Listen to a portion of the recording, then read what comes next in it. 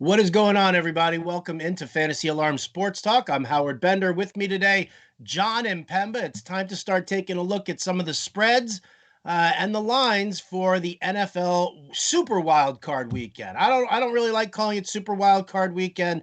That's how it's being promoted, and we'll do it as such. So, They had a couple John, first teams of to it, all, and all of a sudden it's more special than it was before. Is that what it is, Howard?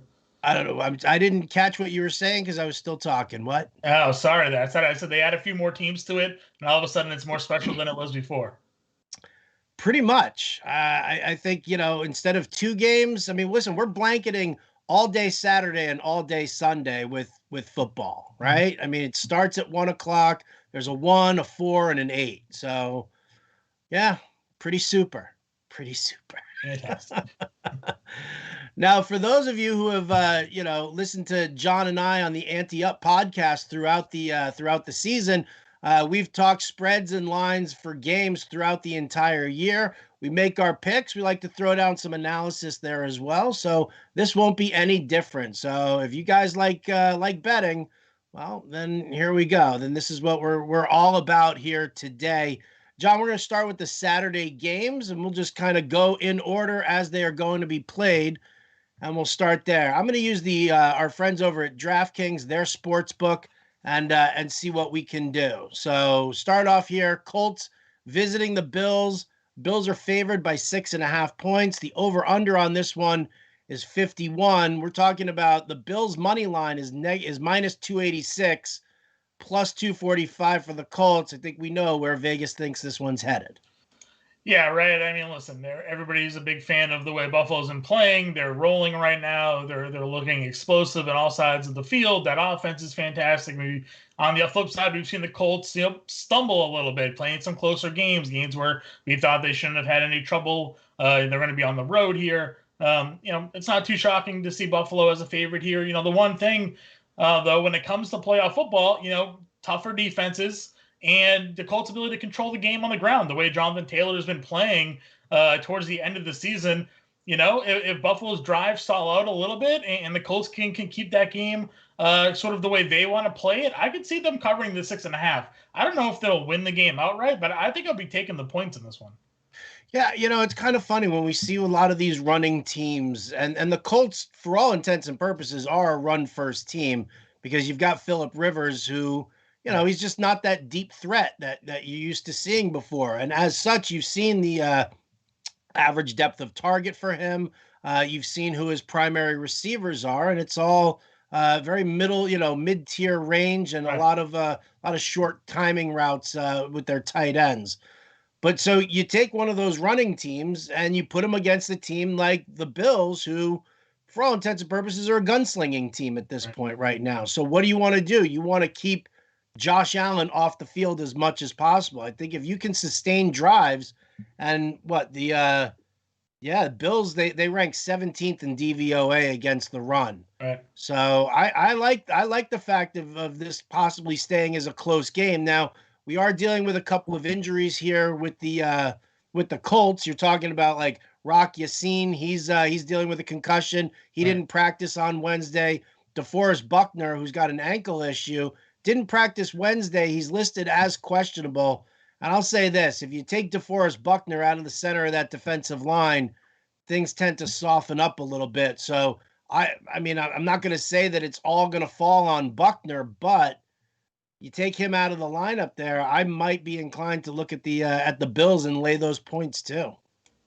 Yeah, you're not wrong about, losing some of the players on that defense for sure. And I think it helps that the Bills aren't as much of a run team as they had been in years past. So losing Buckner, may impact maybe the pass rush a bit. I'm still more concerned about, how strong their secondary is, how strong their linebacking core is going to be, and be able to sort of contain Allen from running, but also, bracket some of the receivers that they have out there. But if a guy like Buckner is ruled out, I know we're talking games and spreads, but you could easily go and look at a rushing prop here.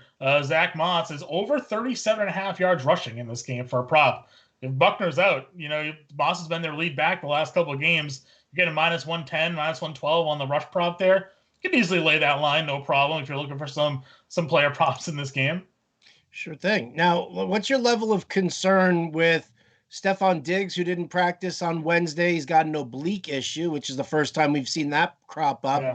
Cole Beasley didn't practice on Wednesday. He's got a knee issue. His is actually more serious, apparently. It's more serious than Diggs's oblique. But then Isaiah McKenzie, he's limited. He was limited in practice on Wednesday with an ankle issue. All of a sudden, you're kind of eating into Josh Allen's weaponry a little bit more.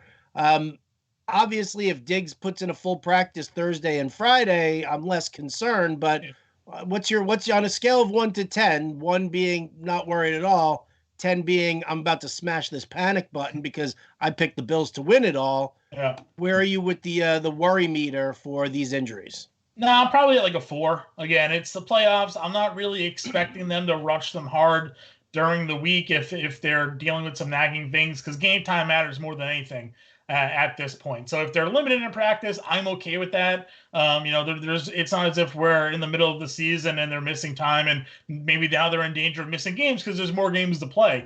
If Buffalo loses this week, it's the off season. So I'm less concerned about sort of injury statuses this week, unless you're getting reports that like it's severe, there's a real chance they don't play. For me, guys being limited or guys being held out is more, for me, in my opinion, more maintenance and allowing them to rest up than risk of re-injuring during practice. But like you said, Friday's practice will be telling more than anything. Absolutely. Couple of facts against the spread here. But the Colts are actually 2-4 against the spread in their last 6 games. How about this? Buffalo 8-0 against the spread in their last 8. So it's pretty hard to not be friends with the trend here and take the Bills, lay the points. And then the question is do you look to the over or the under? 51, it seems like a lot. But I mean, listen, the over is hit in 11 of Buffalo's 16 games this season. Yeah, the one thing for the Colts and that number that you read out there is that they were favorites in a lot of those games towards the end of the year when I mentioned they were playing tighter games, games that they should have, expected, against Houston and teams like that, where we figured they were going to go out and win and really win big because the way they were playing, they played them tight. So those teams were covering the spread against the Colts, and they were, now the Colts are getting almost a touchdown in this game. So I still think this is going to be a close game. I would venture to take the under still because I think, Indy's really going to try to run that football and really keep that offense off the field. And again, I kind of, when we get to the postseason, I lean a little bit more towards the better defensive teams. And Buffalo, has improved a little bit defensively. They're not as bad as they were to begin the year when they were in all these shootout games. But, I still think that the Colts 6.5 under is probably the way I'm going to end up going in this one. Yeah, same with me. The under and getting the Colts and those points. So we'll see if there's any line movement between now and Sunday. Or Saturday, actually, as this game is being played. Let's move on here. We've got the Rams against Seattle. In Seattle, Seahawks are favored by 3. The over-under is 42.5. The money line shows it's a little bit more than a coin flip, but not much more than a coin flip. Seattle minus 175 on the money line. Rams plus 150. A couple of trends to note here. Rams 5-2 straight up in their last 7 games against Seattle. Seattle's 4-8 against the spread in its last 12 games. And the total has hit the under in 7 of Seattle's last 8 and in 11 of the Rams' last 13. It's a tough situation here. Seahawks not playing great ball. Rams dealing with Jared Goff and his thumb issue. How you see this one? I'm going to go with Seattle. I am just really not a believer in the Rams. And I understand how great their defense is. But I just feel like there's a lot of problems right now on the Rams offensive side of the football. I trust that Russell Wilson come playoff time. They have Metcalf, they have Lockett, their running game I still believe in. They were Carson, and their defense had been improving over the final weeks of the season. They weren't as bad as they had been to begin the year. I like that they're home. They just beat the Rams 2 weeks ago. I'm going to ride that. I'm going to go with Seattle on this one. Take the points. The 42 over-under is an interesting one. I feel like, if assuming Goff is good to go, I think we could see over 42 in this one. It's just such a low total. Neither team isn't scoring a ton lately, though. So I'm still a little wishy-washy there, but I think Seattle -3 is the play You also have kind of some suspect ground games, which means that if they're going to take to the air a lot, like Chris Carson's banged up, you know that Darrell Henderson is out. Cam Akers is working his way back still from the ankle issue. Yeah. If these teams aren't going run heavy, which, usually they both are, but if they're not, that's going to stop the clock a lot, and it's definitely you're going to end up seeing some more scoring. Let me ask you a question here. DK Metcalf in 2 games against Jalen Ramsey. The first game, it was 2 catches for 28 yards on 4 targets. The second one, a little bit better, 6 for 59 on 8 targets. Mm-hmm. How much concern do you have now, especially now if you're going to talk about the over, knowing that DK Metcalf's been taken out of the equation these 2 games? Yeah, I mean Lockett hasn't been great in either of those games either. So I mean, again, that's why I was unsure about which way to go. 42 just seems like such a low number for those teams if you think about the offenses that they have. But Ramsey's an elite corner. I would hope after 2 games they would have figured a way to maybe get Metcalf on different road trees or patterns or pick plays or something to get Ramsey off of him. But I mean, like I said, that's my main concern with that number. It looks too low, so you feel inclined to take the over, but then you look at the games that these teams have played, and the points haven't really been there. They would have gone under in both games this season. They scored 39 total points in the first game, 29 in the second. So yeah, maybe the under is the way to go. More that we look into the numbers there. It's definitely possible. Jamal Adams, by the way, for Seattle, banged up with a shoulder issue, limited on Wednesday. He likes to play up on the line a little bit, so we'll have to check in on the props for Tyler Higbee. That actually could be an interesting one. I know that the fantasy world is all over Gerald Everett getting more snaps and maybe even more targets, but come playoff time, Jared Goff could definitely be dumping off to the much more familiar Tyler Higbee in that matchup. Third game on Saturday here. Let's talk about it. Tampa Bay Bucks. They're traveling to the 7-9 Washington football team. Bucks favored by 8. The over/under is 45. Bucks are an overwhelming favorite on the money line at -400. Bucks are 4-1 against the spread in their last 5 games, but Washington 5-2 against the spread in their last 7. Interestingly enough, the under has hit in each of Washington's last 5 games, and we all know that both teams play pretty solid defense. They do, and that's really, I think, the only hope for Washington here is that defensive line just wreaks total havoc on Tom Brady and is able to force turnovers, force missed throws. The one sort of criticism that people have of Brady often is that he's quick to sort of give up on plays and just get to the next down. He'll throw balls away. He'll dump them off into the dirt and just, go from there. But if he's under constant pressure all game, then he doesn't have time to really set and allow guys like a Mike Evans, who's, game time decision, or Antonio Brown, Godwin to get downfield and, make those big plays. So it could be a lot of dump offs, a lot of incomplete passes, a lot of mistimed completion attempts there, because that's really what all of the Bucs offense is about. And Alex Smith is a decent game manager. So if it gets into a point where, again, they're going to be more focused on these short passes and not necessarily the downfield stuff, we've seen Alex Smith back in his days with Kansas City, be able to win football games that way. So, the one thing I think they have going against them is maybe, the running game. Tampa does have a very good run defense. So if they're not really able to utilize that to help offset some of Alex Smith's, I guess, deficiencies throwing the football, it could be a longer day for them.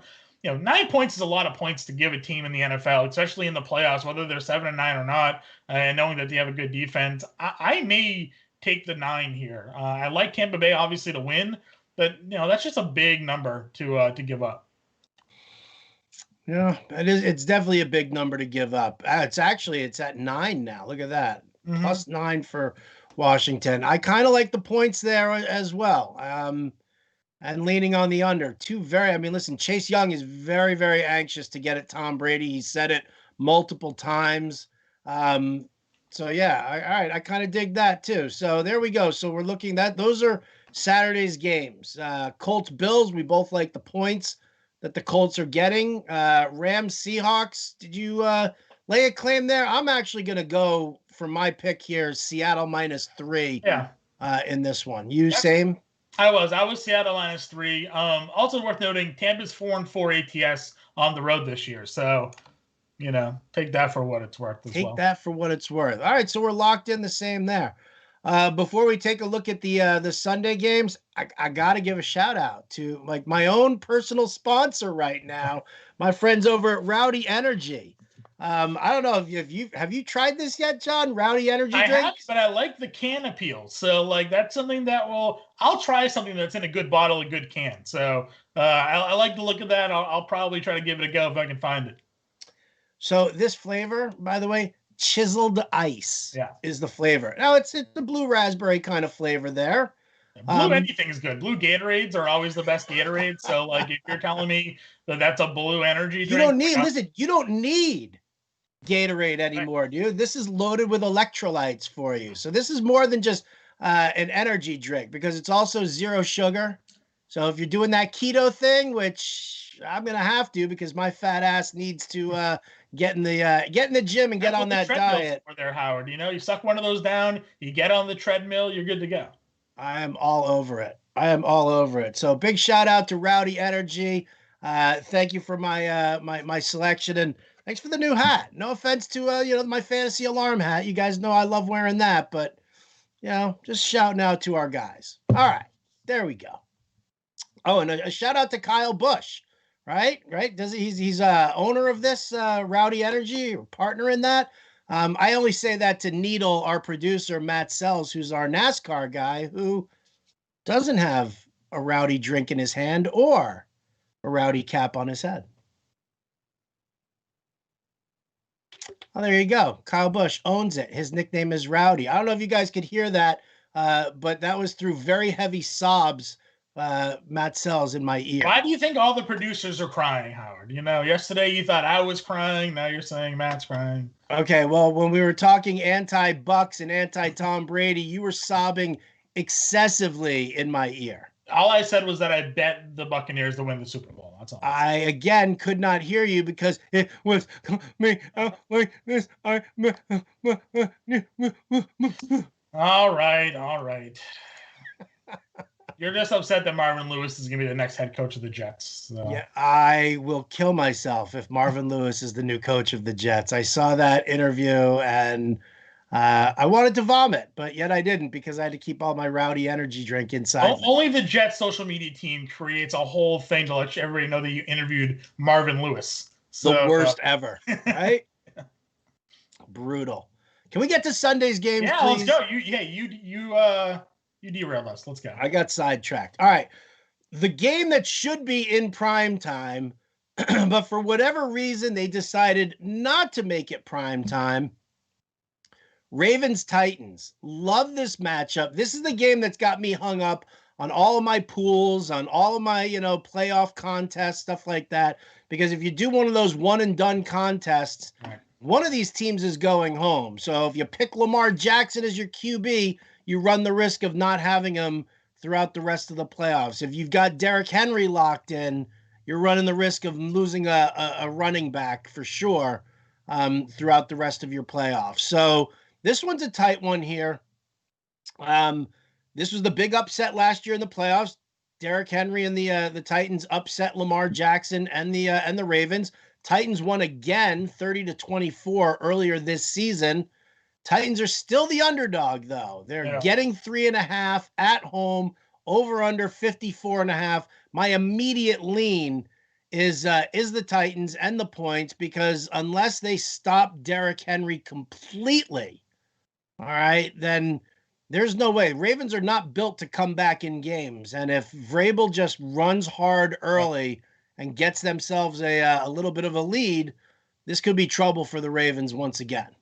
Yeah, I'm with you the same way. Myself and Jen Piacendi covered this game on Tuesday's stream, going over to the AFC playoff, bracket. And I was in a total agreement with everything you just said. The fact that they sort of have the blueprint, per se, on how to beat Baltimore. They know they can run the football against them. Baltimore, for, name value only, they're not very good against the run. We saw Cleveland run all over them a couple, weeks back. And Henry himself is capable of having huge games. And it's Derrick Henry's season, running all over teams at the end of the year. Had 250 yards, I think it was, in the final game of the year. And what I like more about betting Tennessee here, and maybe even betting them outright, is during the best bets articles I was writing this season, when I was looking for those underdog teams to maybe take a flyer on, I went for the ones that were within a field goal. And here we are at 3 points, 3.5 points. It's Vegas is telling you that Tennessee is going to be in this game pretty much to the end. One thing breaks the other way, and they're outright winners. So I'll take the 3.5 points. Love getting the hook there. And then you're getting them at plus 155. Almost, good odds there to get your money if you want to bet them straight up. So I'm with you. Baltimore's passing attack has been a little bit better of late. Hollywood Brown has looked great to end the year. I think he had 6 touchdowns over the last 6 games. We know Mark Andrews is there. Lamar still, though, his passing has declined this season in terms of completion percentage, the amount of, how much they're asking from him in terms of throwing the football as well. So you're right. If it turns into a game where, they have to run or come from behind, it could be a difficult spot for them. But that said, Tennessee's defense is also atrocious. So we're looking at 54.5. And I think this is a game where even as a high total, you can see the over. Yeah, I could see the over here also. Stephen Gostkowski, by the way, taken off of the reserve COVID list. Hasn't had a great year, but at least the Titans do have their kicker for this one. All right, middle game on Sunday. Bears going to the Saints. This line has gone up again as well. Saints are a -10 favorite, overwhelming money line favorite, -500. I mean, it's a lot of points to give. It really is, and I get that the Saints' run defense is probably the best run defense that the Bears will have faced in probably, 8 weeks now. If you go back through their schedule, it's probably been the best defensive unit. However, I feel like we're also kind of, selling the Bears defensive unit a little short here. I mean, they, gave up 80 yards on the ground last week. They've only given up about 115 yards per game over the last 3 weeks, and probably about that number as well over the course of the season here. Alvin Kamara, he's coming back. He's got 2 COVID positive tests. He's supposed to be back for this game. They're hoping he's going to be back for this game. But, we have seen COVID affect people a lot differently. Some, no big deal. Some, it's actually really worn them out. So, a lot of things to look at here with the Saints. Can Drew Brees and Michael Thomas reconnect like nothing's been wrong, that Thomas hasn't been out for most of the season? Can Alvin Kamara bounce back, or do they have to turn more to Latavius Murray? And then for the same token, does Mitch Trubisky get to hook up with Allen Robinson a little bit more and kind of Jimmy Graham with the revenge game narrative in the playoffs here? Where do you see this one? We did see this game already this year, Howard. It was in Chicago. It was an overtime win by the Saints, 26-23. In that game, David Montgomery had 89 yards rushing on 21 carries. So he was able to effectively run the football. Nick Foles was the quarterback in that one. So obviously there's a change in quarterback here. But Trubisky's played really well when he hasn't been asked to, be the reason that the Bears are winning football games. And I think that has helped a lot. Their refocus on running the football has made teams focus on stopping the run, and it's kind of opened some things up on the passing attack. And like I said, similar to Washington, those are a lot of points to give an NFL team, especially a playoff team. We know that the Bears defense has been strong. We've seen Drew Brees, be off a little bit at times this year. Michael Thomas hasn't played in a while. You mentioned the Kamara things. I think there's a lot of things sort of going against the Saints in this one. So I'll take the 10 points. I'll take Chicago with that total there. Right, slowing it down a little bit. I mean, we're definitely seeing some interesting stuff. And then I don't know what Sean Payton's going to do if Taysom Hill doesn't get clearance for via concussion protocol. Like, would he actually have to go with Drew Brees inside the red zone? I was going to say, how's their red zone offense ever going to survive, without Taysom Hill out there? Yeah, no, I agree with you. So it just seems like too much for me.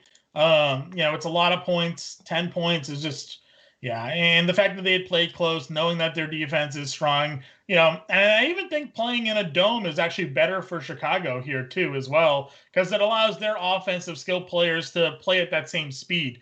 Guys like Mooney, and we can use Miller if you wanted to, Robinson, Montgomery, like you mentioned, Graham, Komet, like that offense can at least now run and play at a fast pace as well. And the Saints, pass defense at times this year hasn't been very good. And even we've seen teams recently run against them also. So, yeah, I'm going to take the 10 points here, and we'll just ride with that. Yeah, that's kind of the way I'm leaning also. I've kind of opined the old upset special there, but again, we're going to have to wait and see what happens with Alvin Kamara and whether or not he's back at practice over the course of the next 2 days. Final game on the slate. Again, not sure why this is the primetime one and not Ravens Titans. Makes no sense to me, but Cleveland Browns, COVID splashed Cleveland Browns going to Pittsburgh. Steelers are favored by 6. This line started off, I think it opened, Pittsburgh was -3.5. No Kevin Stefanski. And then what I'm hearing also, and we'll report more on this later on the Fantasy Alarm Show with Jim Bowden, who has been in contact with the executive team in Cleveland. But apparently Stefanski will not be hooked in, will not be calling plays or anything like that during the course of this game. So it all falls on their offensive coordinator. To me, it's very simple. The way the Browns win is to just continue to run the ball. Run it with Nick Chubb, not Kareem Hunt. Don't splash Hunt in there. You go out there and you run it down their throats as much as you possibly can. Injuries to the linebacking core for Pittsburgh has definitely softened up their run defense. And, if you stop with the gimmicky garbage and you just run hard with Nick Chubb, I don't care if you go 3 and out on the first series. You come out for the second series and you keep running the ball with Nick Chubb over and over again. That's the way to beat the Steelers here, and just open it up. We've seen the numbers for Baker Mayfield in play action and how much better he is in play action. Steelers might have won a game, 2 weeks ago, and they sat everybody last week, but they're not playing good football at all. I think this is something that the Browns can take. I just don't know if they're going to be able to. Yeah, I'm not as concerned really about like the lack of coaches. For me in the NFL, the coaches really matter when it comes to situational coaching. I think Cleveland, all week is still going to be able to prep with their full, coaching staff. They're away from, they're doing all virtual meetings, all virtual game prep, game planning. So like the offensive coordinator is going to go in there with exactly knowing how to run this offense like he has been throughout the entire season. It's a divisional opponent, so it's not as if they're even having to prepare for a team they didn't play this season. They've already played Pittsburgh twice. So at this point, they should have a good idea on what to do and what not to do and how to attack the Steelers defense. And you're right, the offensive game plan for Cleveland isn't even really that complicated. It's run the football, minimize the amount you need Baker Mayfield to win you football games, and play all of his, like you said, play action off of the run. So I think that's going to be their strategy going in here. I think the lack of coaching is maybe a little bit overblown. Now, if tomorrow we wake up and we find out more players have tested positive and they're losing key guys, then yeah, I'll go in a different direction and say, all right, they really don't have a chance here. But I'm going to go again with the points. It's a divisional game. I'm not too worried about the coaching.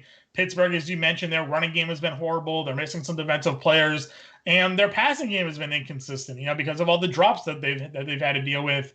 And so for that reason, while I still think Pittsburgh's going to come out and win this game, I'll still take 6 points. Again, 6 points in the NFL in a playoff game still feels like a lot. So I'll go ahead and roll with Cleveland there, but I think Pittsburgh's the team that comes out with the victory. I actually need more. Like I said, I think it's Cleveland's for the taking. I just don't know if they're going to be able to do it. And I'll tell you what, I need more time on on a lot of the news, only because, Malcolm Smith, if you're looking at the Cleveland defense here, you've got injuries to Sheldon Richardson. You've got Denzel Ward and Malcolm Smith who are dealing with COVID. Kevin Johnson, right. Ronnie Harrison, they're all dealing with COVID as well. So we could be losing a lot of defensive players here for sure. Cleveland. Not to mention Joel Bitonio, their offensive guard on the left side. I think that's a big deal. So I want Cleveland to win this game. Sorry, Pittsburgh, but I want Cleveland to win this game because I'm a huge Nick Chubb fan. But I'm going to take the Steelers for right now with, laying the 6 points on this game. Yeah, you're right. If those guys are out, I'll gladly switch back.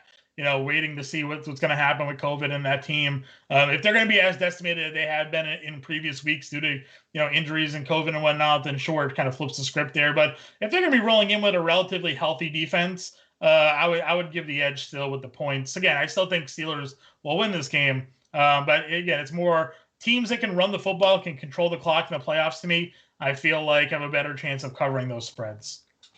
All right, so there you go, guys. That's the look from me and Jon Impemba right now. So far we're leaning, because it's only a lean right now, because we still have to wait and see. There's none of these games to me are a bet it now before the line moves. But as it stands right now, we're looking at Colts plus 6.5, Seahawks -3, Washington football team plus 9, Tennessee plus 3.5, the Bears plus 10, and then we're split. John says right now Cleveland plus the 6. I'm going to stay with the Steelers -6. So we'll finalize these. Craig Mish and I will be discussing spreads on the Wager Alarm live stream as well on what day? Friday night. Tomorrow, yeah. Tomorrow. Oh, my Lord. And for those of you looking to play a little DFS action, you will get a 3-game playbook from me on Friday for the Saturday slate, and then you'll get a 3-game playbook on Saturday afternoon for the Sunday slate. So best of luck to you in all your contests. Tune into the Fantasy Alarm live show on SiriusXM later on tonight, 6 to 8 p.m. Eastern, Sirius 210 XM87, because Jim Bowden and I will probably be talking more about some of these games and the situations that we're looking at, especially when it comes to the Browns and Kevin Stefanski coaching over there. Like and subscribe our YouTube channel, our Facebook page, and of course follow us on Twitter at Fantasy Alarm, at JImpemba777. I, of course, am at Roto Buzz Guy. Big thanks to all of you for tuning in. Big thanks to Matt Sells, our producer, for all the work and the gentle sobs in my ear. It sounds so cute. Big thanks to you over at Rowdy Energy as well. Loving my special treats here. That's going to do it for us here today. For Jon Impemba, I'm Howard Bender. We'll catch you next time.